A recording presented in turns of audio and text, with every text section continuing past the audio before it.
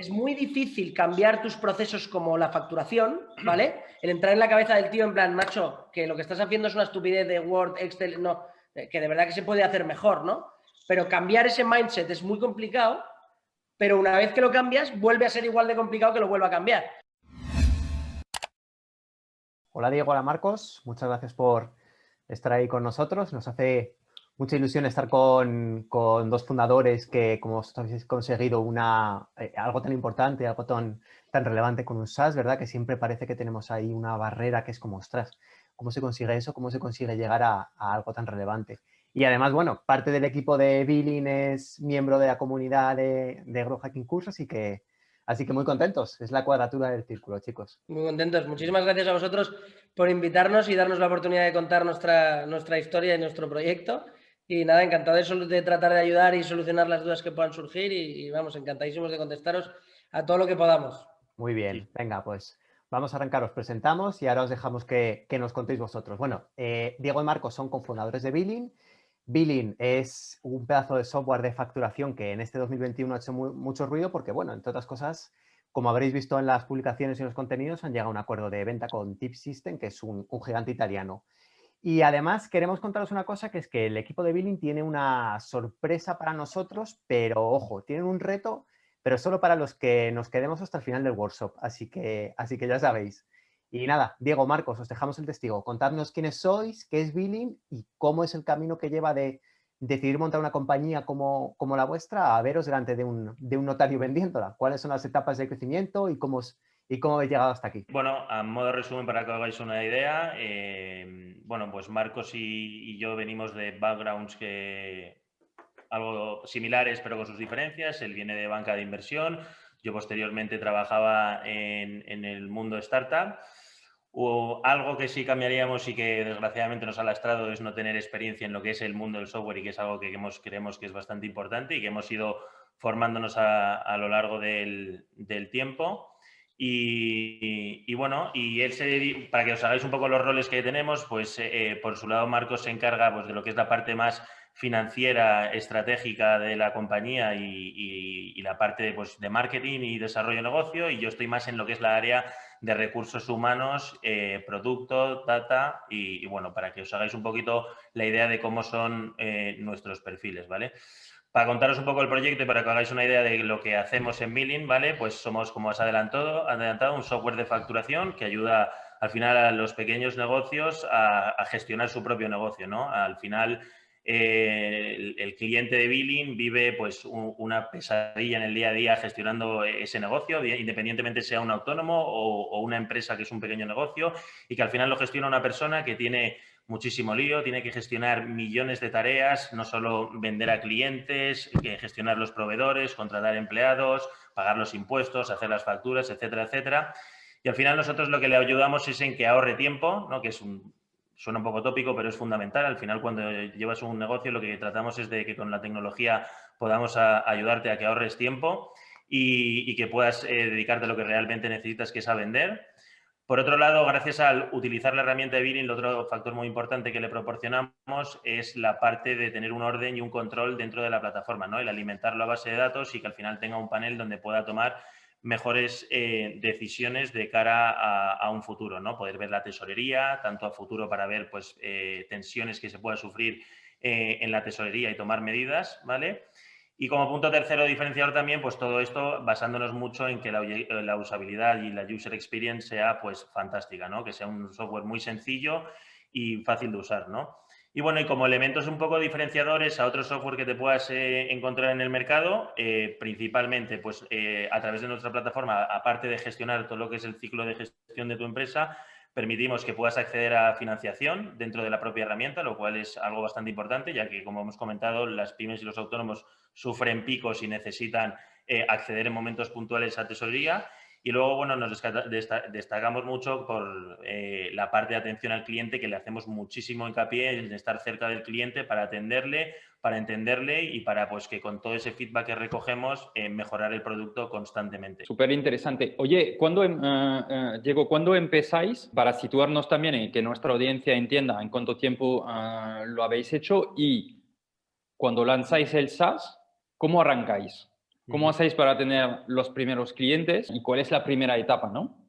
Bueno, yo creo que lanzamos en 2015, teníamos claramente la idea de construir esa herramienta que os contaba Diego, ¿no? Creíamos que había herramientas para empresas más grandes y medianas, pero no existía realmente una herramienta ad hoc para las pequeñas empresas y los freelance, y decidimos construir eso y las primeras validaciones del mercado las hicimos yendo, me acuerdo más perfectamente, yendo a un polígono industrial, puerta a puerta, que nos encontrábamos negocios de diferentes casuísticas y tratábamos de colocar y de vender nuestro producto y porque creemos que es de las maneras que mejor se aprende, ¿no? Porque uno, te das cuenta si la necesidad que tú crees que tienen es verdad que la tienen, y si no es así, te permite empezar a pivotar y empezar a ir definiendo ese product market fit y ir cambiando tu producto, y eso te va permitiendo ver si empiezas a enganchar a esos primeros clientes, ¿vale? Nosotros, al contrario que mucha gente, nunca intentamos que lo probase primero gente conocida, porque pensábamos que esos feedbacks están siempre muy sesgados, tanto del feedback real de tu producto como en el proceso de venta, ¿no? Entonces, tratamos de huir de eso, y las primeras validaciones, ya te digo, fueron puerta a puerta en un polígono industrial, y me acuerdo que en la siguiente fase, antes de ir al digital puro, ¿no? Porque entendíamos que primero teníamos que encontrar la manera de entender cómo funcionaba, el segundo paso antes de ir a puro digital lo hicimos vía una campaña de telemarketing, ¿vale? Cogimos una base de datos de micropymes y autónomos, intentamos hacer ese ejercicio a una escala un poco más grande que haciendo door to door, y ya sí que el siguiente paso ya sí que fue empezar a lanzar campañas de marketing digital. Pero sobre todo eso es lo que decía Marcos, ¿no? Mucho contacto con el usuario para el principio para aprender. Incluso un tema que fue interesante es que en ese piloto que hicimos del call center, nosotros mismos, por supuesto, estábamos hablando, y cuando no podíamos, estábamos escuchando las llamadas para entender un poco qué es lo que iban comentando y pues al final enriquecernos de feedbacks para ir tomando esas decisiones que creemos que es vital, ¿no? ¿Y en este momento teníais ya un producto desarrollado? Sí, teníamos una beta, un primer producto en el que se podía generar facturas. Bueno, oye, muy interesante el door-to-door. Imagino que el objetivo ahí es de sacar información y de entender la dificultad de la venta del producto, ¿no? Oye, ¿cómo funciona esto? Explicarnos, porque creo que es muy interesante. ¿Vais, picar puertas? ¿Cómo lo hacéis esta primera prueba física? Bueno, nosotros al principio teníamos claro el gancho de venta, ¿no? Que era, oye, ¿cómo haces las facturas a día de hoy? ¿No? Y sabíamos cuál era la respuesta, ¿no? Pues en un Word, luego las paso en PDF, las adjunto en email y las mando, y eso ya te permitía empezar a ir sacándole, oye, pero en Word al final esa herramienta no es solo para hacer facturas, ¿no? Y luego, cuando las mandas por email, las facturas se te traspapelan con otras cosas, y oye, ¿cuánto tarda? Y a veces el cliente te dice que no lo ha recibido, ¿no? Entonces empezábamos a través de preguntarle cosas, que él mismo se diese cuenta que su proceso que estaba a día de hoy utilizando para hacer facturas no era el mejor, ¿no? Y que nosotros veníamos a ofrecerle algo que además al principio era casi gratis. Bueno, pues le dábamos la oportunidad de que él mismo tomase la decisión de por qué no probar algo que él mismo se había dado cuenta que su proceso actual tenía varias ineficiencias, ¿no? Y así nos permitió que lo fuesen probando. Obviamente al principio fallaba mogollón, pero eso nos permitió, además el hecho de haber generado ese contacto nos permitió que la gente se sintiese cómoda dándonos ese feedback. Y ese primer contacto, Marcos, las primeras sensaciones que tenéis de los potenciales clientes, ¿qué sentís? ¿Sentís que realmente hay un product market fit? ¿Sentís que habéis dado un poco con la tecla? ¿Cómo sentís al principio? Oye, de verdad, con honestidad, porque a veces son momentos difíciles. Cuéntalo del principio si quieres. O sea, nosotros lanzamos, que esto sí que fue heavy, o sea, nosotros lanzamos queriendo construir una red social, es decir, casi una especie de comunidad donde las facturas no se generaban en Billing, sino que solo las subías a Billing para compartirlas. Básicamente donde pudiese ser una especie de Dropbox donde compartes las facturas con tu cliente y tu proveedor en un espacio en común, y nos dimos cuenta que eso era la hostia, era muy buena idea, pero que si no dábamos el servicio de generar la factura en ese sitio no tenía tanto valor, porque, coño, voy a generar la factura en otro sitio para luego meterla aquí. Y eso, pues, es acojonante, pero después de 6 meses programando, pensando y pintando en la pizarra, no se nos había ocurrido.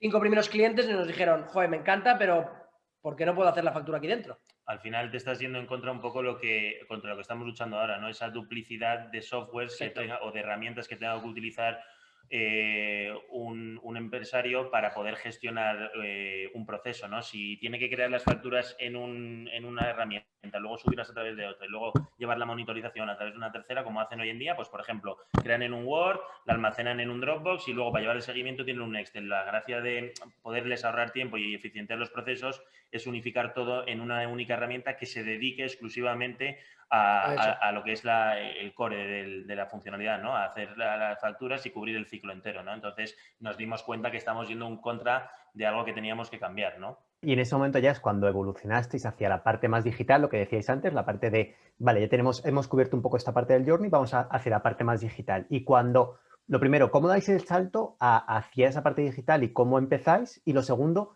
¿cuál es la sensación que tenéis cuando el primer desconocido compra Billing sin que hayáis hecho un impacto directo? Es como, ostras, ¿quién es este tío? Porque no le conocemos, no sabemos quién es, ¿cómo es un poco ese recorrido? Es muy bonita esa historia porque cuando nos damos cuenta de que necesitamos incluir un módulo de facturación por el feedback del producto, además nos damos cuenta que desde el punto de vista de go-to-market, ese es precisamente el canal de captación más obvio. Es decir, la gente ya estaba buscando en Internet hacer facturas para autónomos, facturas para pymes, con lo cual se unían los dos mundos. Es decir, el producto necesitaba ese módulo de facturación y el mejor mecanismo o el canal o la acción de marketing que estaba más abajo del funnel era la misma, ¿no? Era decir, alguien estaba buscando hacer factura. Con lo cual, las dos cosas se unieron y empezaron a funcionar, pues te diría que prácticamente el primer día que empezamos a poner dinero en AdWords, pujando por las palabras de generación de factura, hacer factura pyme, etcétera, pum, empezaron a caer clientes y empezaron a usarlo. Y la verdad que eso fue un subidón muy guay. Sí, porque si no era complicado vender la idea a través de AdWords si no tenías una keyword que realmente reflejaba la necesidad que estábamos ofreciendo. Entonces, la verdad es que fue un pulso bastante grande y nos ayudó bastante en ese aspecto. Genial. Y hablando un poco de canales de captación, ¿cuál es el primer canal de captación que probáis? Porque no sé si habéis dicho que era AdWords. ¿Cuál es el primer canal de captación que probáis y por qué os decidís por ese canal? Al principio AdWords, porque claramente había un volumen importante de gente que ya estaba buscando temas relacionados con hacer facturas, plantillas de facturas, hacer facturas para pyme, modelos de factura, y entonces ahí nos posicionábamos y estaba al final estaba el usuario que está buscando eso está muy abajo del funnel, está muy caliente y realmente está buscando una solución que era la que nosotros le estábamos dando, ¿no? Pero ya desde un principio nosotros sabemos que teniendo un SaaS como es el nuestro, con un ARPU tan pequeño, ¿vale? Porque al final nos dirigimos a pymes y autónomos o a micros y autónomos que pagan pues esos 6 euros que decías, ¿no? En realidad la media está en torno a los 10 y medio euros. Necesitas tener CPLs muy bajos, ¿vale? ¿Y cómo consigues CPLs muy bajos? Pues trabajando prácticamente desde el primer día el orgánico y empezando a posicionar por todos los temas que le pueden interesar a una micro o a un autónomo y haciendo ese proceso de nurturing, ir generando esa comunidad, ¿no? Y a día de hoy, pues después de casi 5 años, pues es que tenemos un volumen de visitas de orgánico muy, muy, muy fuerte y el 70-75% de nuestra captación viene de forma orgánica, lo cual te permite tener unos unit economics que funcionan con un ARPU pequeño, ¿no? Sí, es verdad, pero Marcos, al principio el orgánico es complicado, ¿no? De arrancarlo. Pero sí es importante dedicarle recursos desde el principio, porque si no, cuando lo querrás ya no lo tendrás. Entonces, y eso es difícil, es porque clave. Al final cuando estás... Y cuesta un huevo, ¿eh? Cuando tienes una compañía con pocos recursos, cuesta mucho poner dinero a algo que no te genera beneficio inmediato, ¿no? Y eso... Sí. Pero es algo que sí que hemos hecho bien desde el principio, yo creo. Sí, pero es una putada, porque al final tú tienes que demostrar números lo antes posible para poder levantar siguientes rondas de financiación. Y es verdad que el SEO es el futuro, pero claro, tienes que invertir dinero y no vas a tener un retorno en el corto plazo, lo cual es importante hacerlo sin duda, pero necesitas también apoyarte en la otra parte, porque necesitas números rápidos. Y lo que está claro es que al final AdWords tiene un límite, SEO no tiene ese límite y tienes que llega a un punto que ya empiezas a transicionar y invertir mucho, mucho más peso cada vez más en la parte orgánica. Bueno, y que luego satura los canales de pago, obviamente, cuando quieres escalar acaba siendo más caro, ¿no? Porque estás al final disparando en más abierto, ¿no? Y luego encontramos un canal que fue bestial al principio y fue literalmente fusilar una cosa que hacía Dropbox, ¿no? Que era su mecanismo de viralidad. Nosotros, cuando tú creabas una factura y se la mandabas a tu cliente le llegaba un correo electrónico con un link a la factura, se le abría en una pantalla pública y se le ofrecía registrarse, ¿no? Es lo mismo que hace Dropbox, ¿no? Que yo utilizo Dropbox, te mando un archivo y te pregunta si lo quieres abrir directamente en Dropbox y ya te registras tú también, ¿no? Pues empezamos a tener casi el 30% de los registros vía viralidad, ¿no? Y eso la verdad es que fue un hack que nos ayudó un huevo y fue simplemente fusilar lo que hacía Dropbox.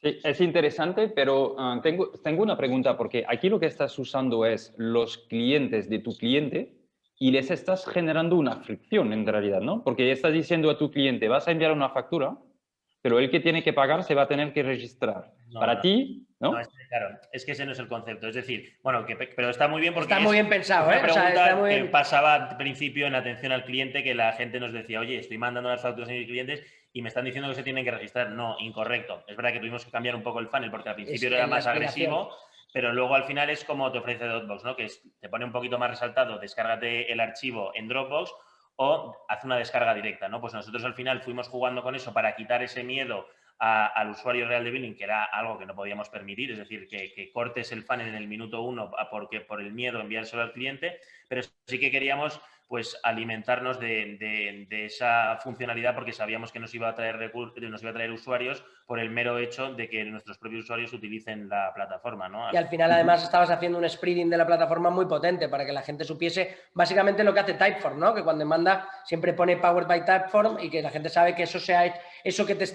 que estás usando y que te genera una satisfacción desde el punto de vista de usabilidad, siempre va ahí con la imagen de, oye, esto es de Typeform y va generando ese brand awareness, ¿no?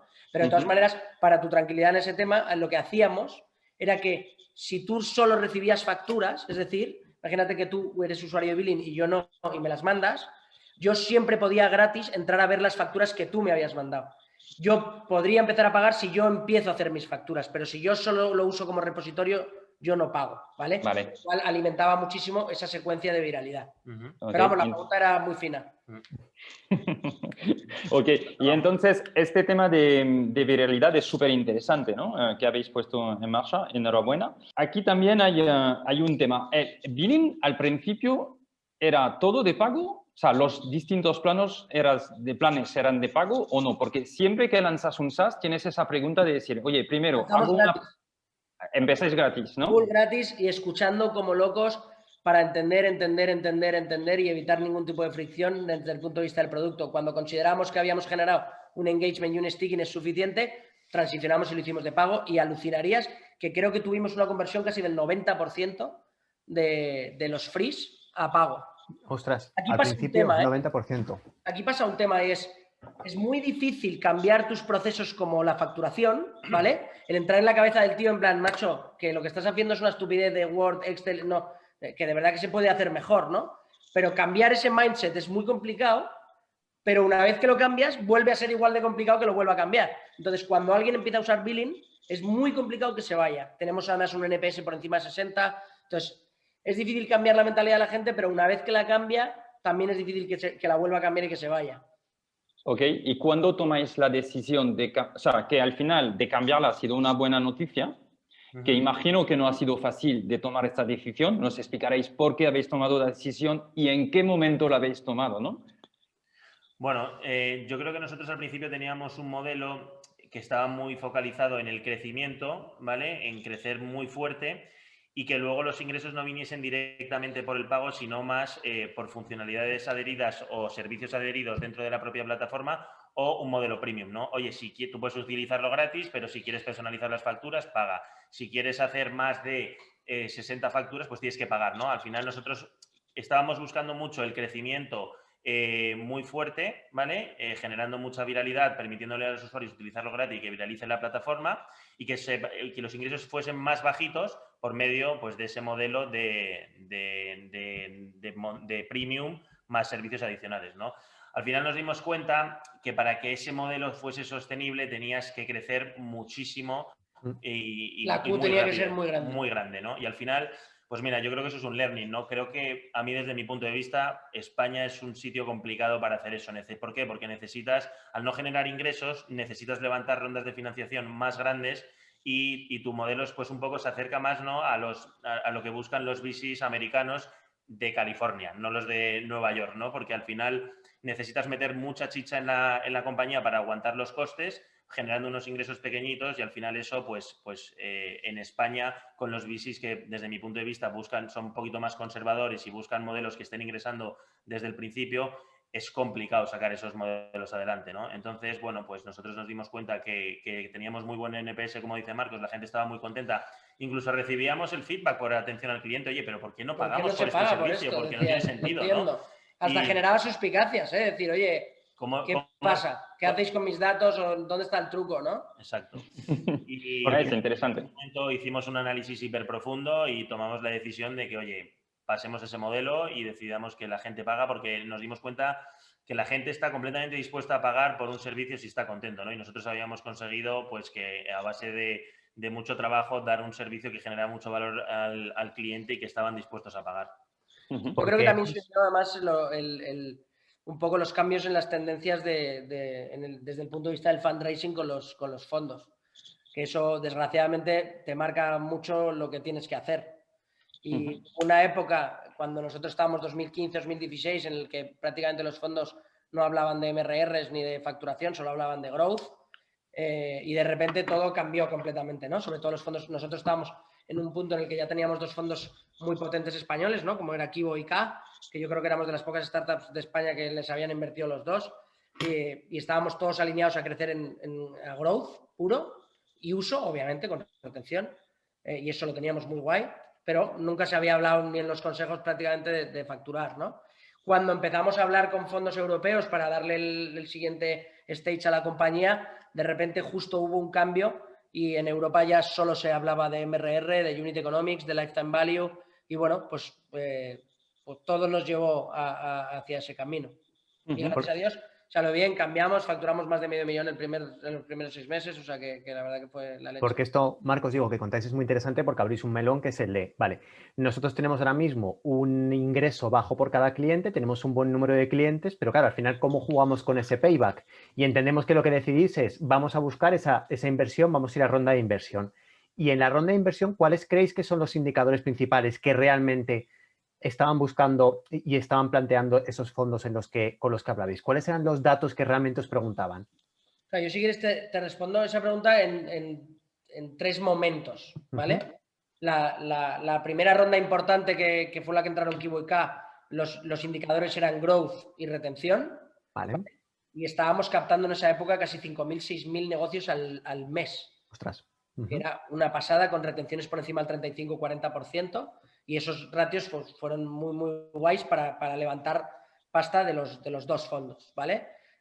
Con ese dinero nos ayudaron a construir mejor el producto, ¿no? Y este señor, pues, con ayuda del super equipo, pues empezaron a mejorar el producto, a mejorar las métricas y las métricas y las métricas, y llegó un momento que cuando necesitábamos el dinero siguiente, que venía de otra tipología de inversores, nos dijeron, oye, yo necesito financials, ¿no? Y entonces fue cuando, ¡pum!, cambiamos. Y ahí empezamos las métricas ya no eran esas, sino que eran MRR, Unit Economics, Paybacks, Lifetime Value versus CAC, etcétera, ¿no? Y entonces en ese momento la compañía entera cambia y empezamos a buscar rentabilidad y eficiencia.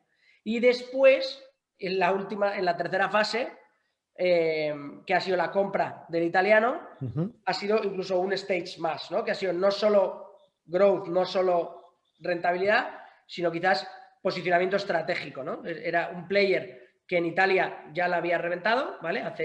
Factura 500 millones en software en Italia y quiere replicar la historia en España, ¿no? Entonces empieza a buscar cuál es su pieza, ¿no? Cuál es el alfil que considera que debe incorporar para atacar el mercado español, y ahí nosotros lo que hicimos fue ponernos guapos, como si dijésemos, y presentar nuestra candidatura para que desde el punto de vista de producto, desde el punto de vista de posicionamiento orgánico, desde el punto de vista de partnership, que pareciese que éramos la mejor apuesta, ¿no? Por eso te digo, no sé si te he respondido, pero básicamente que depende del momento en el que estés, miras unas métricas y enseñas otras, ¿no?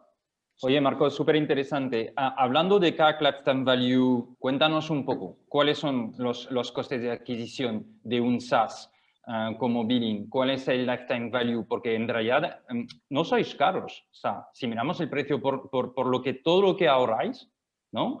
Que entiendo que hubo un paso de transformación, ¿no? De pasar de uno al otro, pero una vez que estáis funcionando, mirando vuestros precios es barato, comparando con el coste de hacer esto manualmente, los errores y todo, ¿no?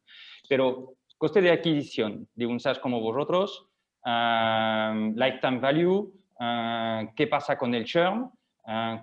¿Nos podéis dar más visibilidad?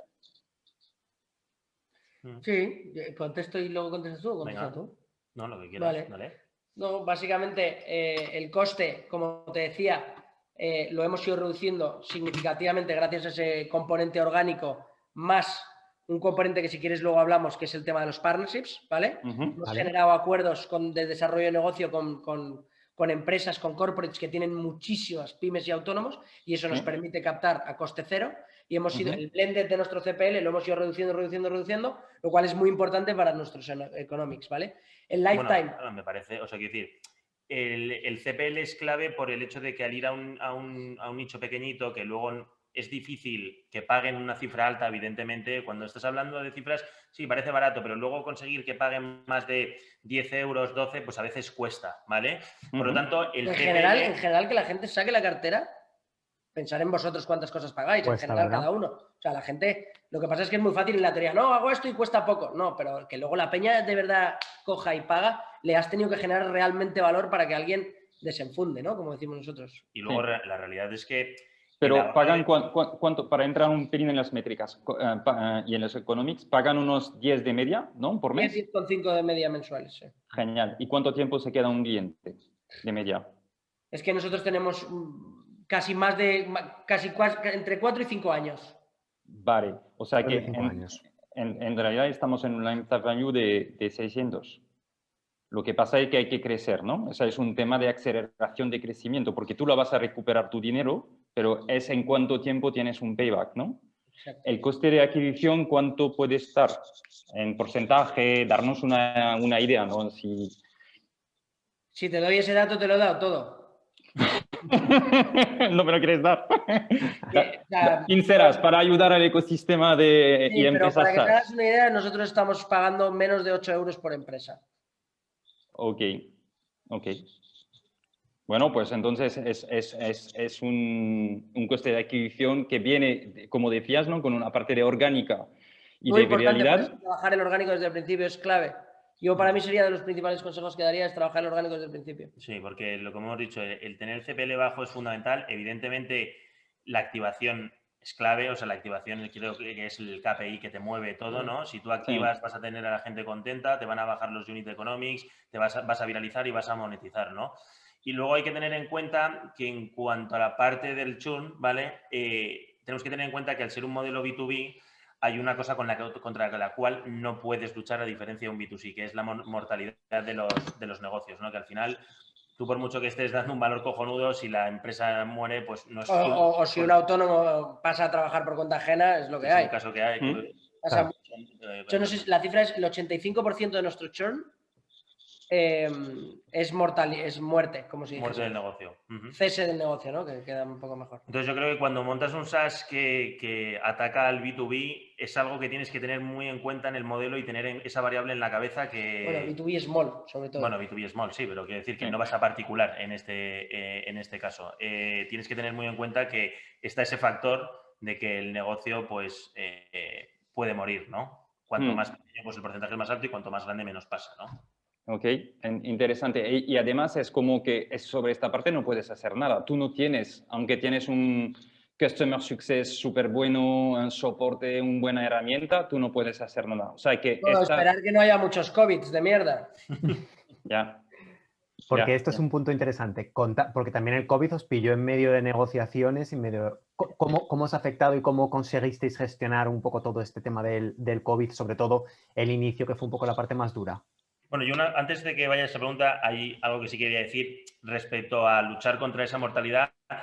Yo sí que soy fiel defensor de que creo que si consigues que las empresas se digitalicen, y yo creo que todavía falta mucho para que terminemos esa fase de digitalización, que es verdad que va a buen ritmo, pero sí que es verdad que yo veo que las empresas son más eficientes, ¿no? Al final, nosotros somos una startup, tocamos 2 millones de herramientas que contratamos y es verdad que te ayudan a ser más eficientes, a ahorrar tiempo, a tomar mejores decisiones y conseguir más clientes, ¿no? Yo creo que todos juntando nuestro granito de arena y dándoles un poquito más de digitación a las pymes, les podemos hacer que sean más competitivas, más resistentes y que puedan seguir en el tiempo. Y además es uno de nuestros misión como compañía, ¿no? Conseguir que haya cada vez más negocios sostenibles, proporcionándoles una herramienta que les permita ahorrar tiempo, tomar mejores decisiones y luego ayudándoles en la parte de financiación de que no mueran, ¿no? Entonces, al final... ¿Cómo ha colado Diego aquí un sketch de venta? Y he vuelto para atrás para ello, ¿eh? Bueno, te respondo a la pregunta del COVID en torno a dos ámbitos principales, ¿vale?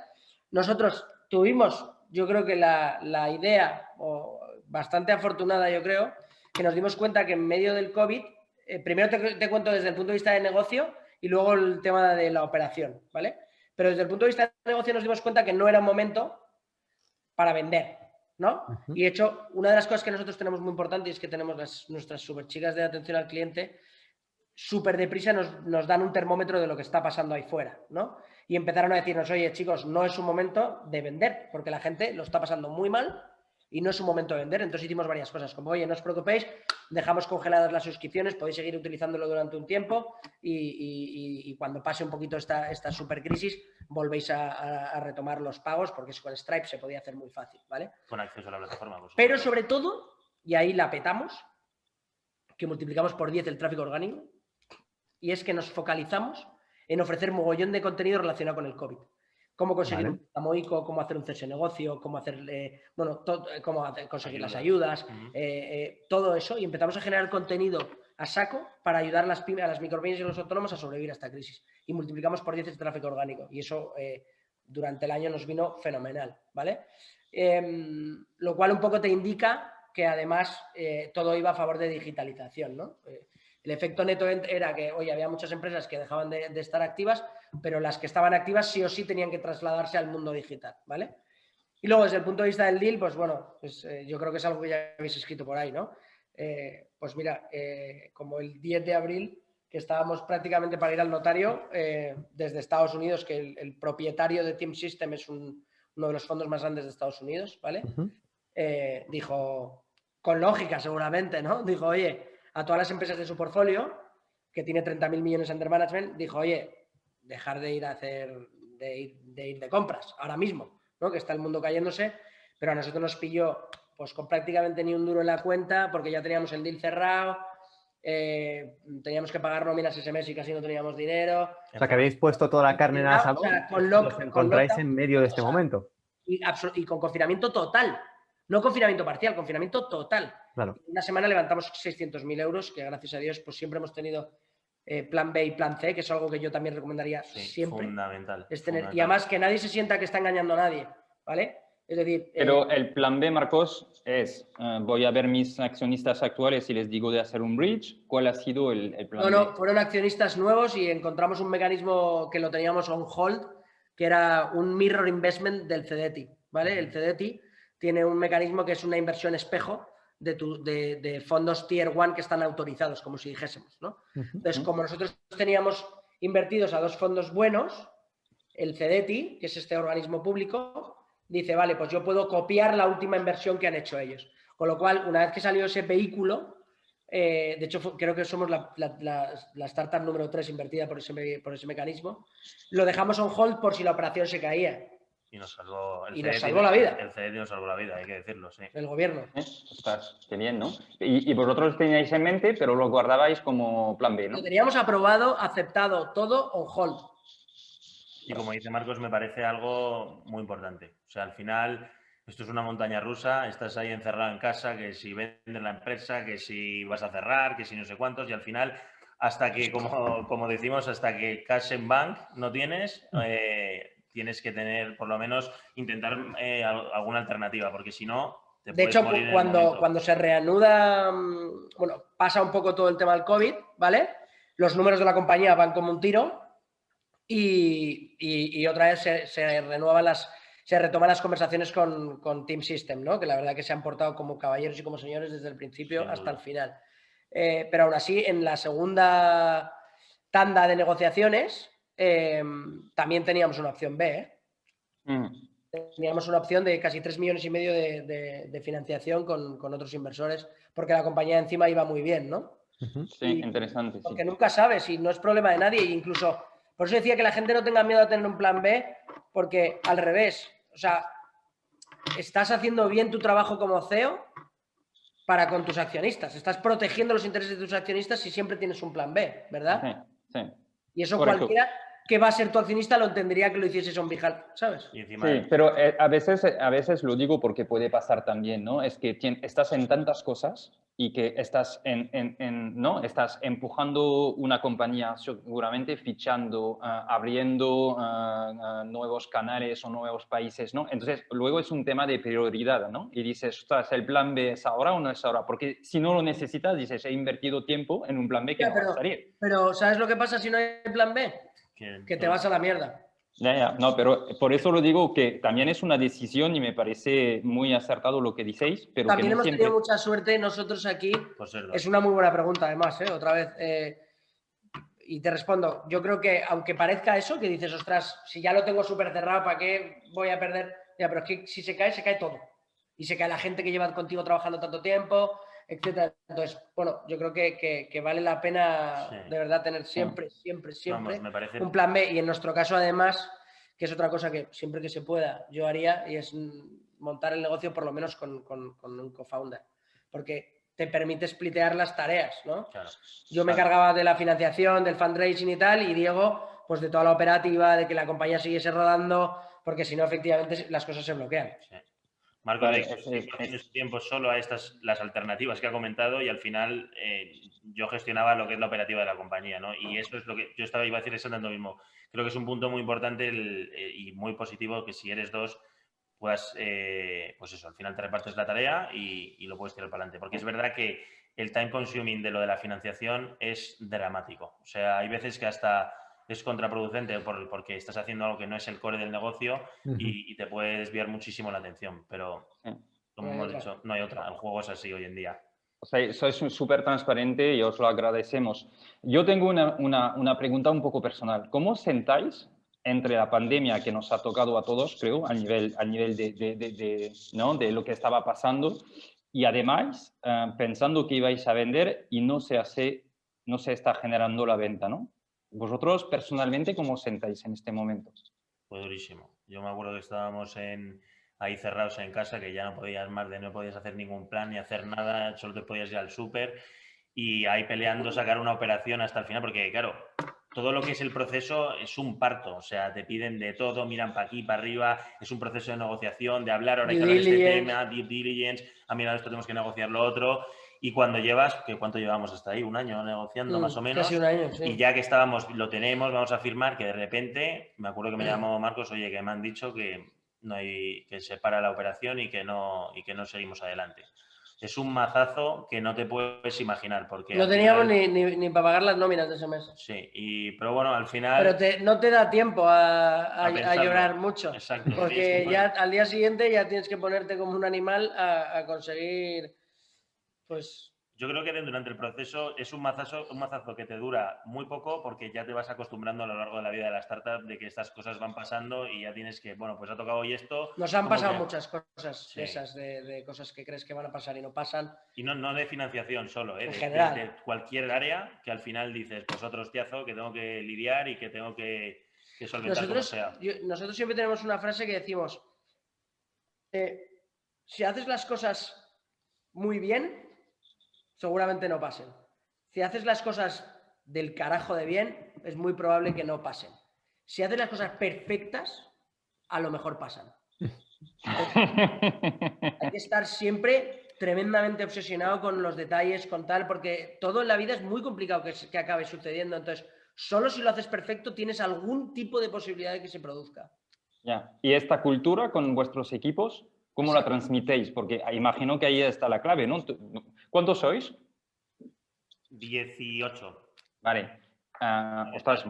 Por ejemplo, yo soy un obsesionado de la cultura corporativa y creo que es algo que es fundamental en una compañía. Y yo creo que, por ejemplo, es algo que creo, no sé, desde mi punto de vista, a lo mejor me equivoco, pero no veo mucho y creo que es algo que se tiene que trabajar y que las compañías cada vez más tienen que focalizarse en trabajar la cultura corporativa de la empresa, ¿eh? No veo mucho, me encuentro millones de casos que lo tienen trabajadísimo y olé, ¿no? Pero me parece algo que es clave, ¿no? El que se respire una cultura en la empresa, que toda la empresa esté alineada y que respire esa línea, porque al final, si eso no se crea, se producen unos problemas gigantescos de no ir alineados, de cuando haces, al final en una startup con muchos departamentos pero pequeñitos hay una interacción enorme y puedes tener problemas de comunicación, de objetivos, etcétera, etcétera. Por lo tanto, generar una cultura corporativa, crearla, que al final no la crean los founders, sí son parte de la cultura corporativa, pero es toda la empresa, ¿no? la que la crea. Es fundamental entenderla, tenerla clara, saber cuáles son tus valores, tu misión, tu visión, cuál es tu North Star Metric, al final cuál es tu cliente ideal, que todo eso al final te ayuda a entender cómo es tu cultura corporativa y tenerla muy clara, ¿no? Porque ahí luego, por supuesto, en los procesos de entrevistas para reclutar perfiles tienes que asegurarte de que la gente cumple con estos requisitos y que está muy alineado con la cultura corporativa, porque de verdad, creerme que si no, puedes tener problemas y al final los objetivos se resienten por eso. Yo os digo que yo no era tan, no es que no fuese creyente en eso, pero que venía de otro mundo, que era banca de inversión, de M&A, que al final es tu curro, tu bonus, curras y punto, ¿no? Y la verdad es que Diego ha hecho un trabajo en esta compañía espectacular. No, todos al final, todos nos vamos a definir la cultura corporativa, a trabajarla, a definirla entre todos y es lo que hay que conseguir. He visto yo una preguntilla si nos tratamos como una familia y efectivamente es un poco el objetivo, ¿no? El que seamos una familia, apoyarnos tanto en la parte de empresa como en la personal. Oye, quien tiene un problema le intentamos ayudar en todo lo que podemos por nuestra mano, porque al final creemos que nos tenemos que cuidar entre todos y poner las cosas fáciles, porque al final todos estamos en el mismo barco, todos empujamos en el mismo objetivo y al final llega hasta la parte personal de ayudarle en cualquier problema que tengan, ¿no? Entonces, si podemos ayudar, encantados. Pero bueno, que yo os invito a que miréis un poco la web. Tenemos algunos enlaces que hablan de la cultura, de las ofertas de empleo, pues hablan mucho de ello también porque somos hiper transparentes. Son enormes las ofertas de empleo, pero son curiosas y os invito a verlas porque son bastante guays y ahí podéis ver muy bien pues cómo somos y qué es lo que hacemos para ello. Oye, guay. Oye, muchísimas gracias porque creo que el nivel de transparencia y de honestidad que tenéis es de agradecer y creo que es importante también porque tenemos una responsabilidad, ¿no? En nuestro ecosistema que a veces contamos solo las cosas bonitas y no es la realidad. O sea que... No ayudaría entonces. Bueno, mira. Exacto. Si te lees las ofertas de trabajo, hablamos de nuestros puntos malos y que nos ayudes a mejorarlos. Entonces, eso es una parte de la transparencia que es súper importante, sí. Súper. Oye, cada uno cuando os levantáis por la mañana, ¿cuáles son las primeras cosas que miráis dentro de vuestro negocio? Pues yo miro siempre, tenemos un email que llega automático con una serie de métricas de cuántos registros ha habido del interior, cómo está el MRR, qué suscripciones nuevas hay.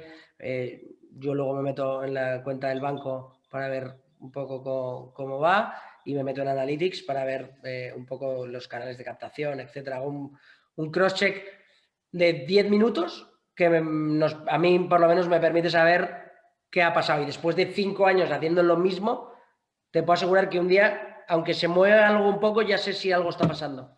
O si acabamos de poner algo en marcha, ya sé si está teniendo el efecto que pensábamos o no, un partner o una campaña nueva o algún efecto estacional. Si acabas mirando todos los días esos números, y creo que es algo muy útil de hacer y es algo que tratamos de inculcar a casi todos los miembros del equipo. ¿Verdad, Juanan, que estará por ahí, que lo escuchará? Que yo siempre digo que es fundamental tener ese termómetro para darte cuenta muy rápido de si algo está pasando. Y vuestra métrica, estabais hablando de Nostar Metric, ¿nos podéis compartir? Sí. Nosotros al final hicimos un ejercicio, al final esto vas aprendiendo a lo largo de la empresa y aquí al final vas profesionalizando. Al principio no sabíamos ni lo que significaba una Nostar Metric, pero al fin, luego vas leyendo, aprendiendo cosas que es fundamental siempre dedicarle tiempo al aprendizaje y a la formación, yo creo, porque ahí es donde puedes enriquecer mucho el negocio. Vimos ese concepto de North Star Metric que nos parecía muy bonito, que todos sabíamos cómo que rondaba por nuestra cabeza, pero que no lo teníamos claro. Y al final, pues aprovechamos un ejercicio que hicimos de un offsite para juntarnos un poco en la empresa, entender mejor nuestra cultura de empresa, entender nuestro cliente final. Pues definimos también esa North Star Metric, ¿vale? Que al final consiste en el máximo número de negocios generando documentos, ¿no? Porque al final esa es la piedra angular que te va a mover los unit economics, ¿no? Si tú tienes a la gente muy enganchada con recurrencia y tienes el máximo número de ellos, los unit economics te van a bajar por todos lados, ¿no? Entonces, bueno, al final es como lo que nos guía para siempre tomar las decisiones. Es una métrica que no podemos ir en contra de ella jamás y que luego, debajo de esa métrica, pues tienes un montón de sub-KPIs que dependiendo del momento, pues miras unas métricas u otras. Pues ahora ves los cortes, luego ves el payback. Dependiendo un poquito del momento, vas viendo un poco pues cosas que impactan sobre esa North Star Metric dependiendo de cuándo, en el momento en el que estés. Ok, Y súper una interesante. pregunta, Diego, Marcos, ahora hablaremos un poco de cuál es a partir de ahora, porque se ha producido la venta, qué ocurre a partir de ahora, pero mirando un poco en retrospectiva, sabiendo cómo ha sido todo el camino, ¿qué cambiaríais si hoy arrancaseis Billing desde cero? ¿Qué pasos cambiaríais? Joder, pues... No, pero O sea, yo lo primero y más importante, lo he dicho al principio, creo que es una formación más fuerte, tener mucho más conocimiento en la parte de tecnología, ¿no? Nosotros veníamos de un campo que estaba más enfocado en finanzas, en empresarial, y cuando creas un SaaS es fundamental conocer cómo se mueve el mundo de la tecnología, cómo se crea un equipo que desarrolle un producto, cómo se respira, cómo funciona el mercado de los perfiles que están relacionados con un producto y me parece clave, ¿no? Yo creo que es la parte que más hemos sufrido, que hemos aprendido muchísimo a lo largo del año y a mí personalmente es la parte que más bonita me parece porque estás creando un producto de cero y es un proceso de creación, la creación de un producto. Joder, cuando entras en las tripas te das cuenta de lo bonito y lo difícil y lo técnico que es, que hay unos procesos, unas metodologías, luego te das cuenta que hay unas herramientas que son la bomba para generar ese SaaS que al final pues es tu bebé, ¿no? Y yo creo que sin duda es la parte que más hemos sufrido y que nos hemos ido formando y que hemos ido entendiendo y que gracias a Dios pues hoy en día estamos mucho más tranquilos y que tenemos un equipazo, ¿no? tenemos un equipo que es increíble, que la verdad es que está súper comprometido con la compañía. Y... Tanto de tecnología como de producto, que es algo que quizás al principio la gente no cuando empieza a montar un SaaS no diferencia esos dos ámbitos y yo creo que es algo que es bastante importante. No es lo mismo la tecnología que el producto. Tienes que tener gente obsesionada con la usabilidad, no solo en el cómo se fabrica o cómo se programa, ¿no? Cómo se desarrolla, sino también en entender tanto desde la necesidad a cómo se va a fabricar lo que va a usar ese cliente, ¿no? Y yo creo bueno, que al principio no lo teníamos. Hemos dicho que es la parte que más nos ha dolido, pero recalco que por supuesto el resto del equipo, el compromiso es increíble y los restos de los departamentos están empujando y están en la misma línea que el otro departamento. Lo que pasa que ese en concreto al final es muy core en un negocio como el SaaS y es complejo y tienes que entenderlo. Qué interesante. Y creo que ahora hay una pregunta que todo el mundo se estará haciendo y es, porque la mayoría no hemos vivido, vale, la empresa se vende y ¿ahora qué? ¿Cuál es el plan? ¿Os vais a ir a la playa a beber mojitos o cuál es el recorrido? Nosotros quedamos 5 años más. Obviamente las operaciones de este estilo se hacen con un alineamiento de intereses como es lógico. Nosotros tenemos todavía una parte muy importante de nuestra posición accionarial aquí hasta 2025-2026. Por lo tanto, estamos completamente alineados con Team System a hacer de esto lo más grande posible y los empleados igual, ¿vale? Entonces, nada, seguimos peleando, solo que peleamos pues desde una posición mucho mejor.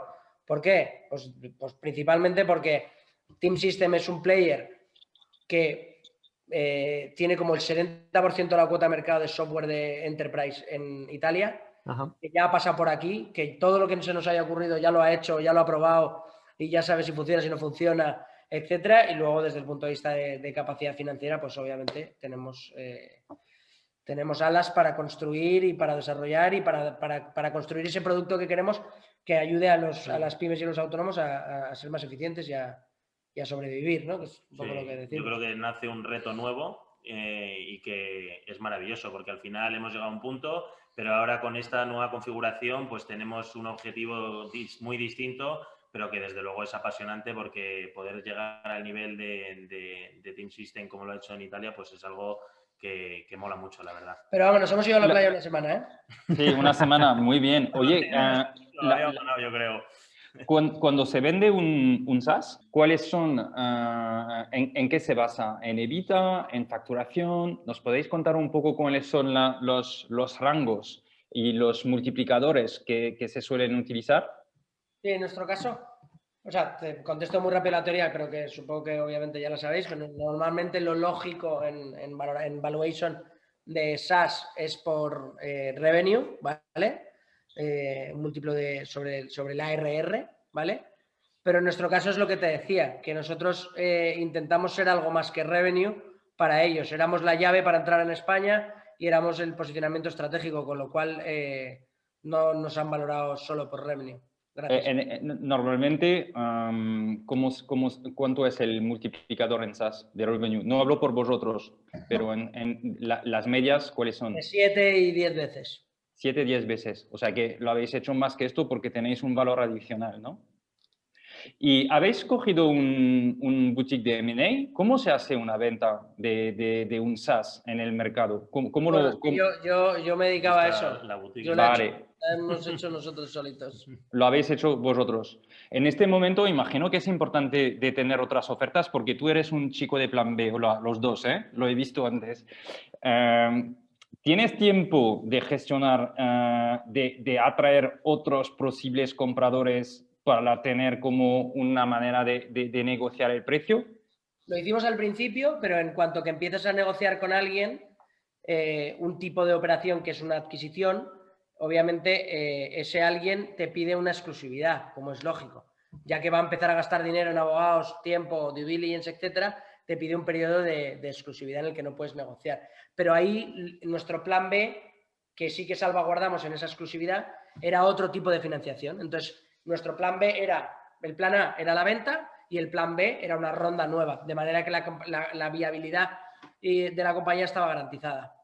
Vale, y esto te ayuda a ser más fuerte en el momento de la negociación. Me tocas ¿no? mucho los huevos con las condiciones. Yo tengo un camino por el que podemos seguir Diego y yo como veníamos hasta ahora, ¿sabes? Vale.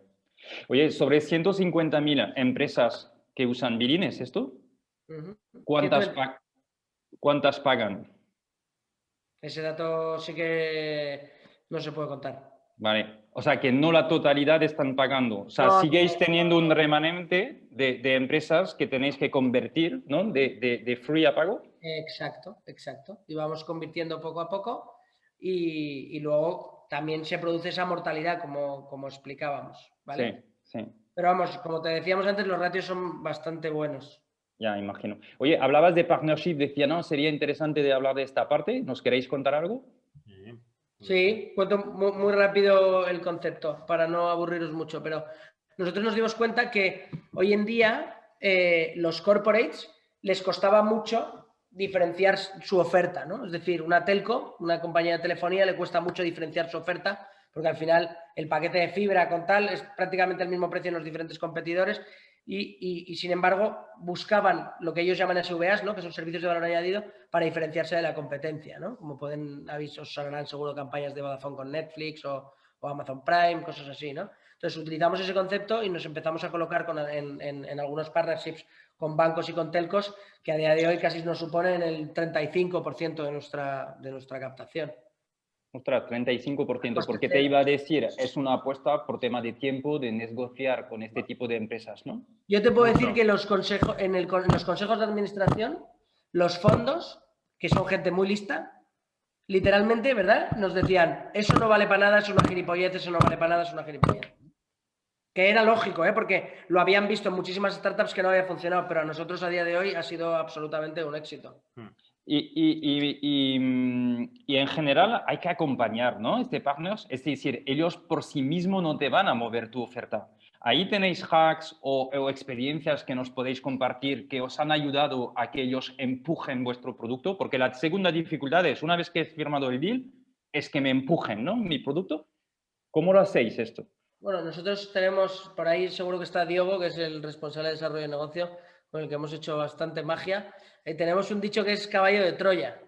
Nosotros lo que tratamos es de cada vez meternos dentro del partnership para cada vez ser más estar más sticky y que ellos no se puedan deshacer de nosotros porque ya se lo han contado muchos clientes, porque han hecho un hack, como tú dices, y entonces intentamos siempre colocarnos cuanto más dentro del partner posible para que ya no haya vuelta atrás, ¿no?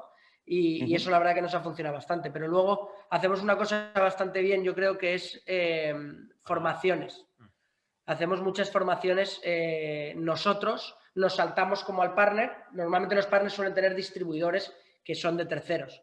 Y lo que hacemos es directamente nosotros hacer las formaciones a los distribuidores. Hacer webinars, hacer cursos, vídeos chulos, incluso a veces programas de incentivos puntuales, sistemas de gaming y nos saltamos nosotros al proveedor que normalmente tiene, o sea, al partner que tiene millones de cosas. Te puedes imaginar las cosas que tiene que hacer Vodafone hoy en día.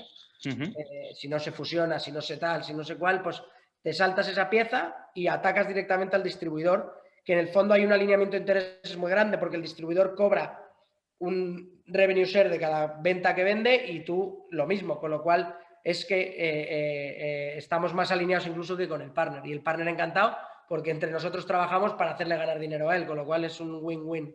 Ok, pero entonces eso significa que sois tres en ganar, el partner de vuestro partner, ¿no? El distribuidor. Pero eso no es suyo, ¿vale? Normalmente tú lo que haces es acordar un revenue share con el partner y el partner paga su fuerza de ventas. Ok, ok. Entonces, ¿tú te ahorras el coste de adquisición? Cero. Cero. En contrapartida, das un margen a tu partner, ¿no? Exacto. ¿Cómo habéis decidido los porcentajes que vais a ceder a esos partners? Normalmente es lo que te dejan, ¿no? Pero ahí vuelve a ser lo mismo. Intentas ponerlos en competencia y jugar con la exclusividad. Ok, súper. Y tenéis una persona que se dedica entonces, ¿no?, a esos acuerdos y luego de animar, porque lo que estáis haciendo es animar y ayudar a vender. Esa es la palabra, de hecho, esa es la palabra. De seguir manteniendo la llama de las ventas, porque si no, de repente tienes picos y se cae. Pablo, no sé si tienes... Sí, tengo una pregunta que es, este año 2021, con todo el cambio, con toda la entrada de Team System, ¿cuál es vuestro roadmap? ¿Qué es lo que tenéis más en el corto plazo? ¿Cuáles son los grandes hitos que tenéis un poco por delante en Billing? Bueno, pues a nivel producto entiendo que es la pregunta. Eso ¿no? es, exacto. Bueno, hemos hecho un ejercicio bastante interesante ahora, ¿no? Que como os he dicho, siempre estamos en contacto con el cliente para aprender, pero poco a poco cuando vas evolucionando vas profesionalizando ese proceso y bueno, y gracias al equipo de producto que tenemos cojonudo, pues han aplicado nuevas metodologías, incluso apoyándonos de consultores externos que digan exclusivamente eso y hacer análisis muy técnicos, ¿no? De entender con datos cualitativos y cuantitativos pues los pains que sufren las pymes y los autónomos a lo largo del proceso de gestión y entender sobre todo pues los clústeres y tipologías de usuarios que hay en el mercado, ¿no? Hemos hecho un análisis muy profundo y hemos entendido pues las tipologías de usuarios que hay en nuestro mercado, que los hemos aglutinado en una serie de números, o sea, de grandes grupos, ¿vale? Y entender muy bien qué es lo que les duele en el proceso, ¿no? Y gracias a eso hemos podido definir pues un roadmap de aquí a futuro en el que vamos a hacer como un poco saturación de nichos, que creo que es una estrategia bastante interesante, ¿no? Que es, oye, vamos a atacar este segmento concreto, ¿no? ¿Cómo vamos a atacar este segmento concreto? Primero, vamos a solucionarle los pains que tiene este segmento a nivel de producto y el resto de departamentos tiene que hacer su parte, ¿no? Pues marketing tiene que buscar ese segmento en los canales correspondientes. Atención al cliente tiene que entender la jerga, las complejidades que tiene ese segmento para que cuando se comunique con ellos le comprenda, ¿no? Así cada uno de los departamentos, desarrollo de negocio, también impulsarlo, ¿no? Pues con eso al final hemos conseguido definir una serie de funcionalidades que lo que están es priorizadas por segmentos para poder ir haciendo esa saturación, ¿no?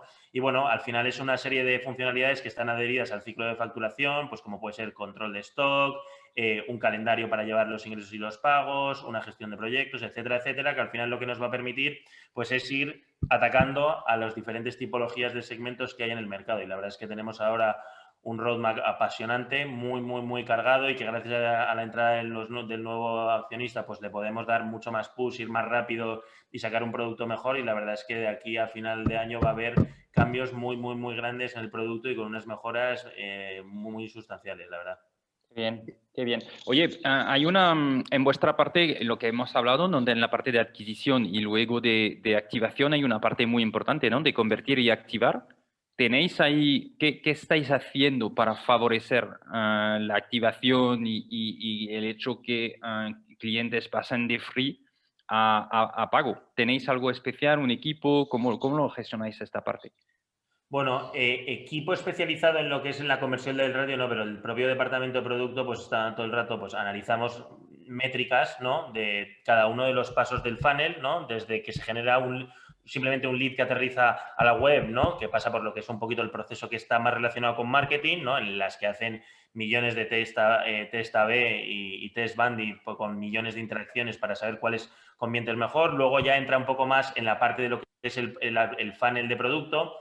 Hemos hecho cambios en la parte del registro para ver qué activa mejor y qué activa peor. Por ejemplo, una cosa que nos fue muy bien, al principio teníamos un registro muy frío, ¿no? En el que pedías los datos mínimos para que entrase y que estuviese ya en la plataforma, pero luego nos dimos cuenta que haciendo una prueba de tratar de entender mejor al cliente y recogiendo información de saber un poco cuál es su intencionalidad, cómo es su negocio, cómo es él, ¿no? ¿De dónde viene, pues nos permitió que el tío se sintiese más recogido y que por supuesto pudiésemos ofrecerle lo que realmente estaba buscando, ¿no? Personalizarlo más. Y además eso nos permitió ir para atrás, ¿no? Es decir, oye, una vez que ya he tenido la información y le he recogido y lo he activado mejor porque se ha sentido más acogido, que es algo que es un poco contradictorio, ¿no? Porque le estás poniendo más pasos en el funnel, pero aún así convierte mejor. Yo creo que hay que ir al sitio entre medias, entre ponérselo fácil, pero que el usuario también ponga algo de su parte.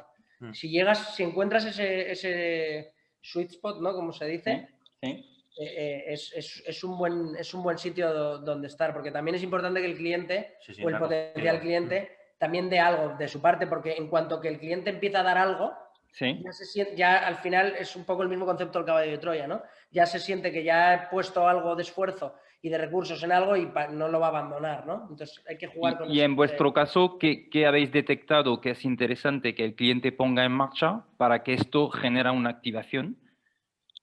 Bueno, yo creo que primero entender cómo es como usuario ha sido un punto importante, ¿no? El cambiar esa recogida fría a, oye, vamos a entender un poquito más cómo eres y hacerle un onboarding más adaptado a lo que está buscando, creo que ha sido algo que nos ha ayudado mucho, ¿vale? Y que no solo te ayuda en lo que es la parte de activación, sino luego esa información es súper valiosa para ir para atrás, ¿no? Para coger y decir, oye, marketing, veo que han bajado un poco la activación de estos canales, vamos a ver qué pasa. Oye, pues mira, me he dado cuenta que la gente que viene por este canal, cuando le cojo el perfil del tipo de cliente que es, no encaja con el perfil de nuestro cliente ideal y por lo tanto quizá no es un buen canal por el que captar, ¿no? Porque muchas veces te pasa, captas por un canal, no activa, no tienes más información del usuario y dices, bueno, este canal parece que no activa bien, pero no sabes los motivos, ¿no? Y en cambio recogiendo información es súper valioso para poder entender mejor el motivo de por qué, ¿no? Y luego, bueno, estamos también muy obsesionados en lo que es el funnel principal nuestro de creación del documento, de que sea fácil, muy sencillo y muy acompañado con el usuario. Luego acompañamos también con atención al cliente, ¿no? Campañas de outbound para fomentar pues que se les llame, que se les explique la funcionalidad, de que si se han quedado atascados, si tienen dudas, ¿no? Pues ese acompañamiento que hemos dicho que es un valor diferencial nuestro en la parte de atención al cliente, está súper encima para que se sientan. Pero en definitiva, sobre todo ponemos foco en que la usen, porque si la usan, pagarán. ¿Sabes? O sea, tanto en atención al cliente como desde producto, le ponemos mucho foco en que la gente de verdad entienda el valor que ofrece Billing, porque de verdad confiamos en que una vez que prueban Billing en todo su esplendor, como si dijésemos, van a acabar pagando porque es muy poco dinero y para mucho valor, ¿no? Entonces nos concentramos en que todo el mundo lo perciba. Sí, y llamáis entonces. ¿En qué momento llamáis para intentar de...? Intentamos llamar a prácticamente todos los usuarios cuando se registran en un periodo de 24 horas para ver si, a veces es una llamada de 1 minuto, a veces una llamada de 5. Pero si tienen alguna duda, si entienden todo, si saben cuáles son todas las funcionalidades que tiene y que sepan que aquí estamos para ayudarles siempre que lo necesiten. ¿Y esto qué resultados da? O sea, de lo que podéis compartir, ¿eh? Una locura. Sí, pero está medido. Es casi un 60% de incremento de engagement versus solo. A la gente le gusta que le cuenten 2 o 3 cosas. Claro. O sea, que eso ha sido seguramente algo clave, ¿no? Porque 60% es una barbaridad, ¿no? ¿Y lo pensabais vosotros al principio? Cuando habéis lanzado, ¿pensabais que era importante? Bueno, le dimos bastante importancia siempre a la atención al cliente desde el principio. Sí, al principio Diego casi lo hacía él. Y Diego escuchaba a todos los usuarios para entender qué es lo que pasaba. O sea que nosotros siempre le hemos dado mucha importancia a eso. Y teníamos claro que había que montar un departamento cuando creciéramos y que se sintiese muy acogido el usuario, ¿no? Porque al final, joder, luego tú escuchas a los usuarios y ves la cruda realidad y hay gente que le cuesta un poco a lo que es la adaptación de un software y que por muy fácil que lo pongas a nivel de usabilidad, hay veces que se tiene que sentir acogido y que tienes que acompañarle, ¿no? Entonces yo creo que es un punto que es muy, muy, muy importante, la verdad. Okay. Porque realmente eso también, entendemos que al final también estáis en un ecosistema en el que tenéis competencia y creéis que este ha sido un punto diferencial para Billing y para que la gente se decante por Billing. Sin duda. Mira, a la vez lo hemos dicho. Sí, sí. Es que, mira, nosotros hacemos bastantes análisis para entender cuáles son los valores que más importancia le dan los usuarios que están muy engagement, o hacemos encuestas con unas metodologías u otras, ¿no? Y la parte de atención al cliente siempre sale. O sea, siempre es algo que lo mencionan. Por ejemplo, en los feedbacks de NPS sale mucho, en plan, oye, cuando son positivas, o sea, son respuestas de promoters, pues te das cuenta que hay un feedback muy, muy común, que es el tema de que se sienten muy acompañados y que la atención al cliente es clave, ¿no? Entonces, lo medimos por muchas metodologías y son cosas que salen, ¿no? Como los que os he dicho al principio, ¿no? De que la herramienta sea fácil de usar, el tema de que les ahorre tiempo, pues la atención al cliente es otro de ellos que también sale muchísimo. Yeah. Y esto lo tenéis interno, ¿no? Porque decíais miles de empresas que se dan de alta. Interno. Y los llamáis casi todos, ¿no? Sí, pero ten en cuenta que lo bueno que tiene un SaaS es que captas, activas y ya el producto va como un tiro y no necesitas que te lo vuelvan a explicar, ¿entiendes? O sea, que básicamente solo te lo explicas a los nuevos. Luego ya, salvo que alguien tiene alguna duda en concreto, no tienes que seguir atendiendo a todos. Correcto. Surgen dudas, evidentemente, pero es escalable. Aunque no lo parece, es mucho más escalable de lo que parece, porque en el fondo solo son los primeros 5 minutos de vida del cliente. Y luego dudas puntuales, obviamente. Tenéis bastante, o sea, para volver solo al tema de contenido que creáis y que mucho viene de orgánico, o sea, ¿cómo detectáis el contenido que puede funcionar? ¿Dónde invertéis vosotros en crear contenido? ¿Cómo lo gestionáis esto? De encontrar los buenos contenidos, de crearlos y luego de medir, ¿no? Que os está funcionando. Bueno, tratamos de pensar entre todos, ¿no? Y con la agencia, con Juanan, que es el CMO, intentamos pensar qué cosas funcionan, también vemos qué cosas hace otra gente que ataque un nicho parecido, etcétera, y lo que hacemos es medir. Medimos qué post y qué blogs tienen mayor interacción y mayor engagement y lo que hacemos es construir por ahí constantemente, pero sin dejar de probar cosas nuevas que puedan llegar a generar, ¿no? Entonces tú vas metiendo cosas en la coctelera, mides y sabes las cosas que funcionan y las cosas que no, pero sigues metiendo siempre cosas nuevas para descubrir canales nuevos, vehículos nuevos, etcétera. Sí. Oye, ¿hay algo limitante en este mercado? Porque tenéis un coste de adquisición bajo, tenéis un lifetime value elevado, tenéis bastante orgánico, entonces imagino que dices, pero es que entonces podemos seguir acelerando a tope, ¿no? ¿Hay algún factor? 3,5 millones de pymes. De autónomo. O sea, que imagínate lo que queda.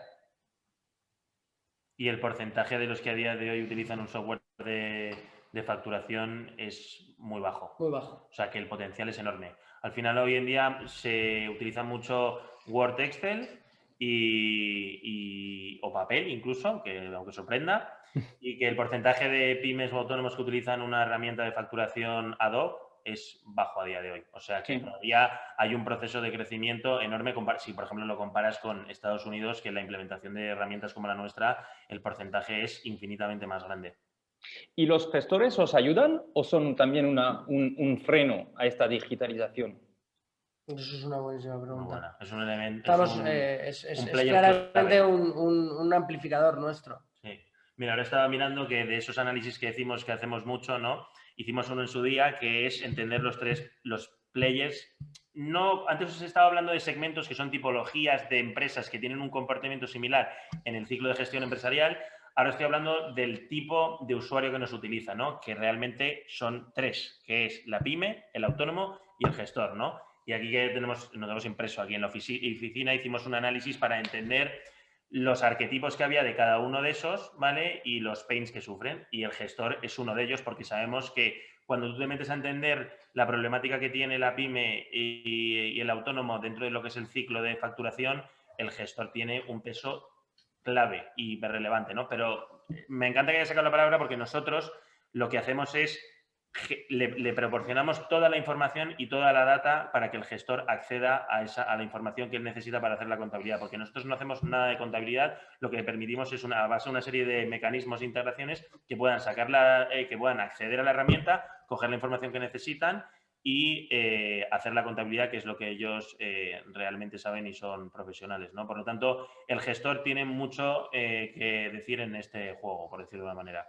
Ok, o sea que mejor tenerlo como aliado, ¿no? ¿Y tenéis una estrategia basado en los gestores? ¿Atacáis los gestores de cierta forma o tenéis un programa? ¿Hay algo orientado a este, vamos a decir, partner o a este cliente que... O sea, no podemos contar mucho de eso ahora mismo porque es justo lo que vamos a lanzar en 2 meses. Nos estamos anteponiendo. Pero va a salir algo muy chulo, ya veréis. Sí, vale, genial. Sí, Son los tíos buenos están estos dando en dar ahí ahí en la tecla. Pablo, ¿hay preguntas de nuestra audiencia que queréis? Yo creo que es el momento, chicos, de que empecéis a lanzarnos preguntas por el chat para que veamos. Y mirad, vamos a la última que tenemos. Sobre contenido, 2 cosas interesantes. Una, nos dicen que no tenéis acceso al blog desde la home. Es porque dentro de la estrategia el blog, y esto os lleva a otra pregunta, que es, ¿cuál creéis que es la mejor manera ahora mismo que tenéis para conseguir tráfico orgánico? ¿Es el blog? ¿Son lead magnets? ¿Es alguna calculadora? ¿Por dónde creéis que son las mejores fuentes de tráfico para vosotros, orgánico? Bueno, yo creo que has mencionado varias de ellas, pero tenemos las herramientas, como la llamamos nosotros, funcionan muy bien.